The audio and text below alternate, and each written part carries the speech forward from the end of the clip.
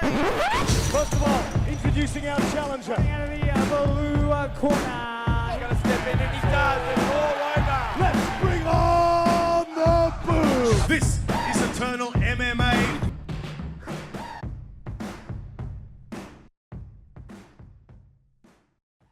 All right, we are back in full swing with the Eternal Insiders Podcast after a few quiet weeks away, but things are starting to ramp up for the second half of 2025 with Eternal MMA, not just for the fight cards themselves, but also some of our favorite athletes who are representing Eternal MMA and Australia on the world scene right now. And we're talking to one of them today, our current Eternal MMA Featherweight champion, Sebastian Szalay, who is currently competing in the Road to UFC tournament in Shanghai, China, and he is currently joining us on the podcast, talk a bit about that, and we certainly appreciate the time, man. And joining us from a different postcode than we're used to talking to you from. You are back home in Perth, WA right now.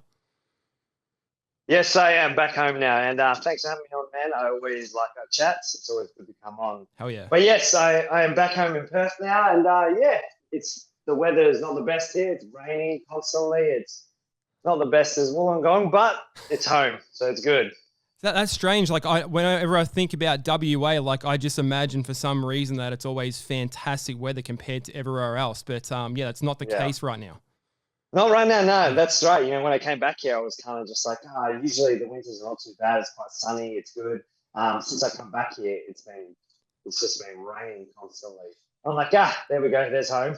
Yeah. All right, it's a little bit changed. Yeah, because this is back to where it all started for you, right? Like you're originally you're from Perth, moved to New South Wales, and now you're back where it all started.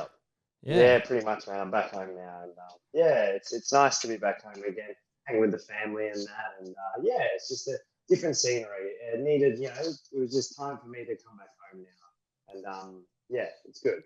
Does it sort of and what's it sort of feel like being back home? Is it sort of like you feel like you never left? Does it feel in a weird way kind of foreign, or did you just kind of acclimate again, like straight away, like you've never been gone? I'm currently living with my parents at the moment until we're finding a place, me and my girlfriend. So it's been a bit weird being home at first, but then, like you said, once I'm here and, all my family, my training partners, because a lot of the guys I used to train with, a lot of them were, started from here. So it's all just very familiar. And then once you kind of sink back into it and you start the training and doing everything and back to the routine, it all just falls back into place. It all just becomes quite familiar again. Yeah, so what's going on there? I was going to ask you as far as being back home in WA. So what is your training arrangements now? Have you settled into a gym full time? Are you mixing it up to see what's kind of working? What has been the arrangement since you've been back in WWE, WWF, WA, yeah. Maybe you're training for a wrestling competition, I don't know. Yeah. But now that you're back in WA, Western Australia, what is the setup for you in terms of those training arrangements at the moment? So I'm training with my main coach, Danny Tanovich at the moment. I'm training with him. We are pretty much, for me particularly right now, just floating in and around gyms. I've been down to Lustros with Cody Haddon, Quill and Ramel, and they've been really good. Awesome. I've also been doing some training with Urseg. I did some training with him. Yes. Pretty much I've just been floating around training with a bunch of the guys. At the moment, until we kind of figure things out, we're kind of just figuring out what's the right move to make, which camp to go to where. But basically, we've communicated with Ramel and Ursig and others and stuff like that what the situations are. I've just moved back here not long ago, and I've been doing my camp here. So it's just been working with those guys, getting in great solid work with good bodies as well. Guys who are high level, again UFC caliber. And then, we've just been trying to suss it out to my next fight right now. But, that's kind of the gist of it at the moment. Just figuring things out, but not getting it all twisted. The training and everything's great, and we have everything scheduled out and planned. And, it's just trying to find the right place at the moment.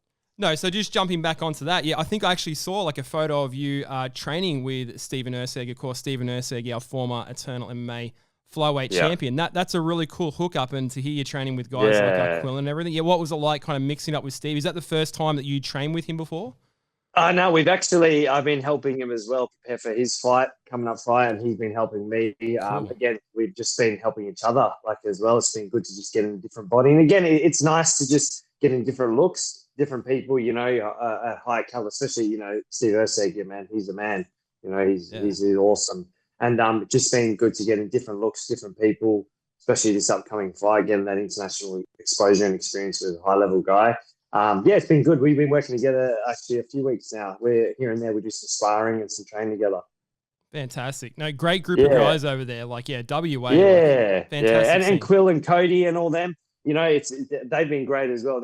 Everyone's been so welcoming. It's been great at the moment. And it's just been awesome, man, working with all of them. They're all high-level guys. We're getting some solid work, helping me prepare for my next match. And, it's been sick, man.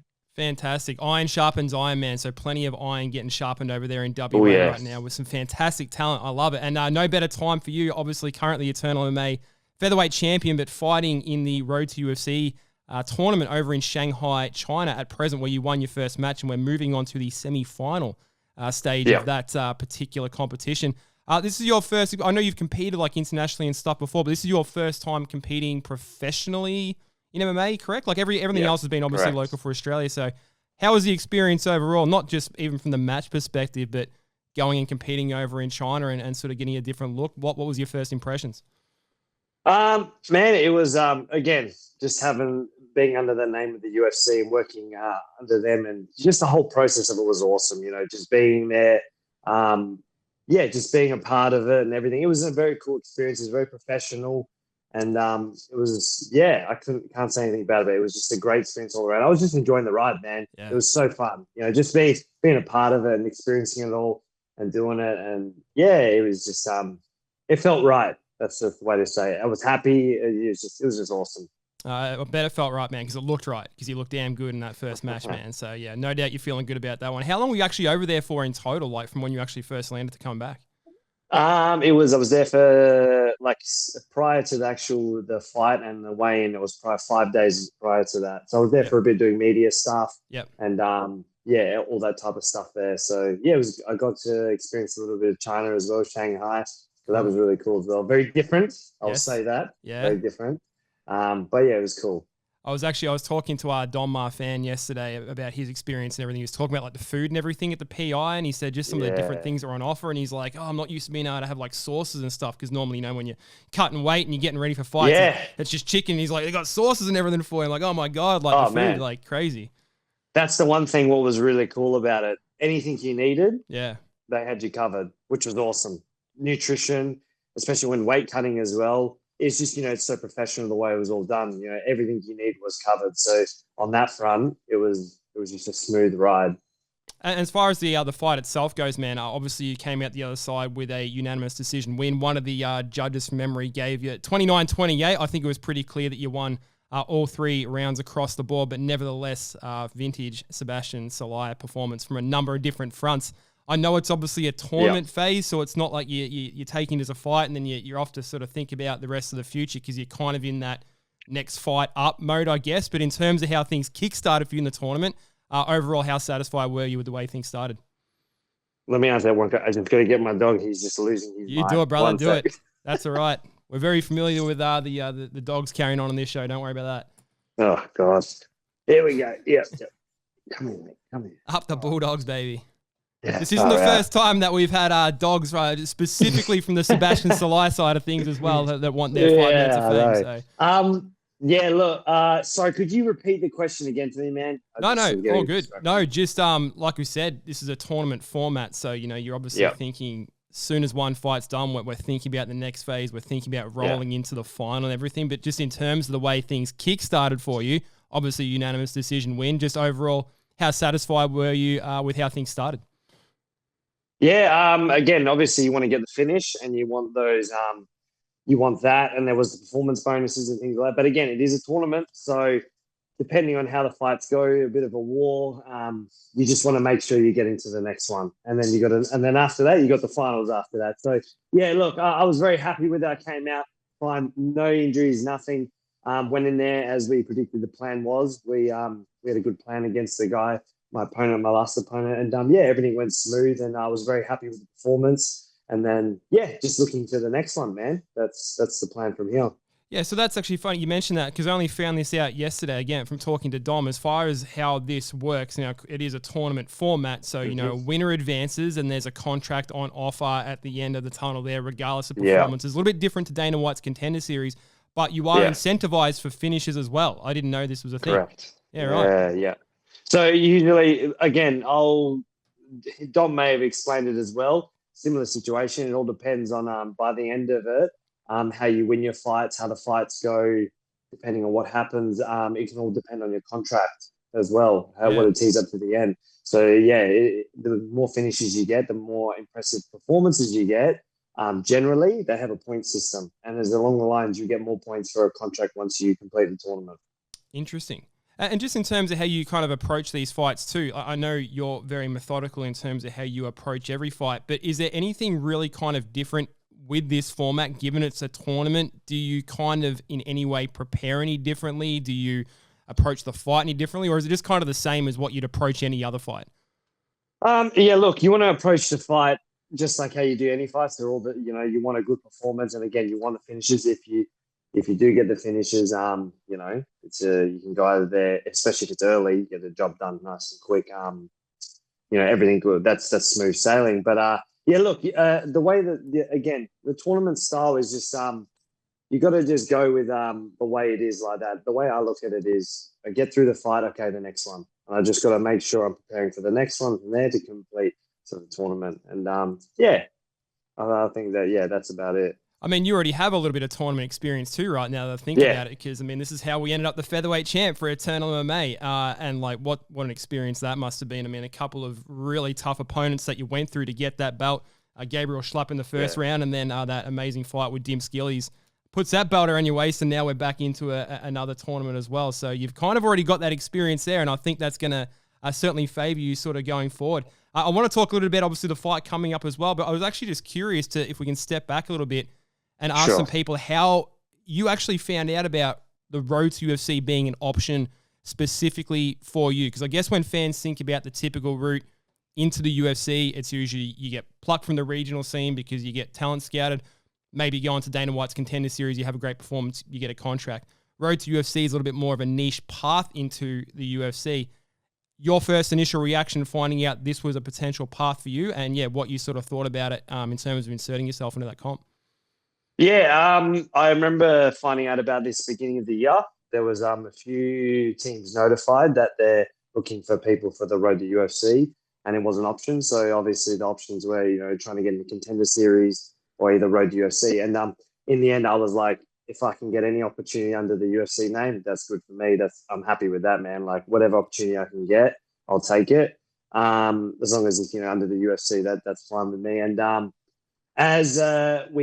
they asked for a few athletes to essentially through the management to apply and see if they would take certain people like that. And then I think they were waiting to see, as from the beginning of the year, like Eternal happened, and then after that they were trying to scout out certain athletes from Australia, New Zealand, fighting the road to UFC. And we a few people have heard it. It was going around, and my management told me my name was thrown in there, and I was like, yeah, sick, man. Like if we get the opportunity, game on, let's do it.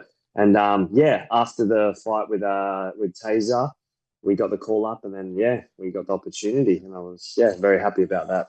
Fantastic. And I think, like I mentioned this before about how the tournament format kind of suits someone like yourself. I think for your style and everything, like everyone who knows Sebastian Szalay and your escapades in Eternal MMA knows your style with the karate base and your skills everywhere, not just on the feet, but on the ground too. But like one of your biggest assets is you don't really tend to get hurt much at all. Like you're quite good at looking after yourself and thinking methodically through the fight. And when you've got a tournament format where I know it's 3 months apart, but it's not really going to be much, of an advantage for you to get the shit beaten out of you and then still have to prepare for a fight a few months later. So I think from a number of different fronts, man, this is setting up quite nicely for you. And it brings us into this semi-final matchup against... sorry, you go ahead. Yeah, I'd love to hear more. It's like following on to the last question you said, exactly like, that's exactly right. Like for me, because I've been in a few of these tournament-style situations, you plan the sessions, you plan your training, you got a fight coming up. You obviously want to have good performances, but you also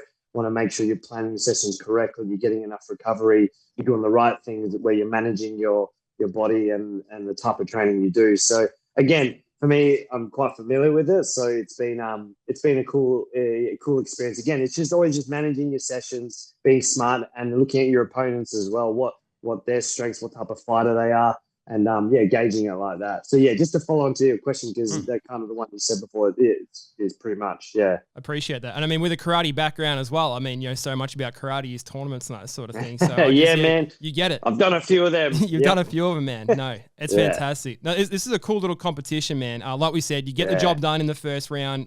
We go into the semi-final phase where you are taking on Korean Yun Chang Min in this particular matchup. So he gets through his previous match by a split decision to come in to face you on this one.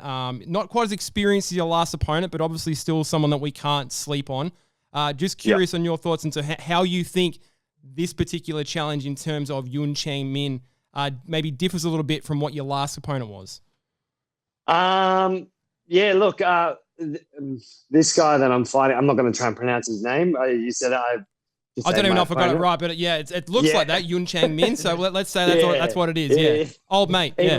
Even my last opponent, they tried to tell me to pronounce his name, and I was like, not happening, man. No, I wasn't going to. That's why I said your last opponent, because I'm not even going to try. I heard it on the broadcast, but anyway. No, but compare, my new opponent, he's composed, he's smart, he's quite relaxed under pressure. He's good. He's very good. And he still has quite a bit of experience, like my last opponent as well. So I'm expecting this guy to be very cagey, and they're going to come in with a pretty good game plan as well. Like, the team he works around, they got some good guys in there. So, it's going to be a good match. It's going to be, again, and like I always say, like we always talk about, it's a good little puzzle for me. And we've been figuring out ways we can get around that and to throw him off his game, and that's what we're going to do. I love this stuff. That's why I love doing it. So it's just another puzzle to figure out. Again, compared to my last opponent, this one, I see a lot of similarities, but also a lot of differences as well, like in some areas. So it's going to be a good fight. I'm looking forward to this match. I know I've spoken to you often enough to know that you like to keep your cards fairly close to your chest in terms of an overall game plan and not making predictions, anything like that, which I very much respect. One thing I did like that you were doing in the last fight, though, man, you were throwing those spinning heel kicks, like they were going to take that dude's head off if you managed to connect with one. Like, that'd be a sick way for you to potentially get like a job done, especially if there's incentive on the line. Like, to get 100%. A finish like that, man, those were you surprised that you didn't manage to catch him with like more of those kicks in that last fight? Because, man, they were looking sharp. Yeah, again, man, with always when I come out in my fights as well, I always come out with a little bit different, always something a little bit different. I've got so much things, that you haven't seen yet. And I like we see little things every time from you. Just when you think you can't see more, there's just another little tiny layer. We just think we got you figured out, man. There's more and more tricks to your game. 100%. And then that's the way I kind of like to play it as well. Like in each fight, because they can always watch and study and figure things out. But if you're coming in with just a little tiny adjustments and things that are a little bit different, you can always, especially when the worst way to find out in a fight is in the fight when you're in there and you go, shit, man, this guy's not doing what I expected. And that's what I like doing. So throwing people off their game as well. So expect that in this match as well. It's going to be, we have a good game plan coming in on this one as well. So I am looking forward to it. Yeah. I don't doubt it, man. I think when we talk about your skill set and everything you bring to the table, and everything offensively and defensively, I think just to glaze over a number of your weapons, man, the old knock up here, the IQ as far as how you go about your fights is definitely one of your biggest strengths, and it's why you're doing so well at this phase of your career and moving into this phase of the tournament. Without looking too far past this, obviously, if you get through this fight, we advance to the final. From what I understand and what the tradition has usually been, is that's usually on a UFC fight night that they will hold the final to potentially end up with the contract. Have you allowed yourself to look at the other fight in the bracket, and have you sort of got your eyes on that fight and who you think it might be that you'll advance to fight? Or are you kind of just not looking at that other side of whatsoever at the moment? I know the two guys who they are, but I'm not looking too much into that as of yet. First, this is the one in front of me. I'm going to get through him and then go from there. But also, I've already been thinking about this. This is kind of my ideal.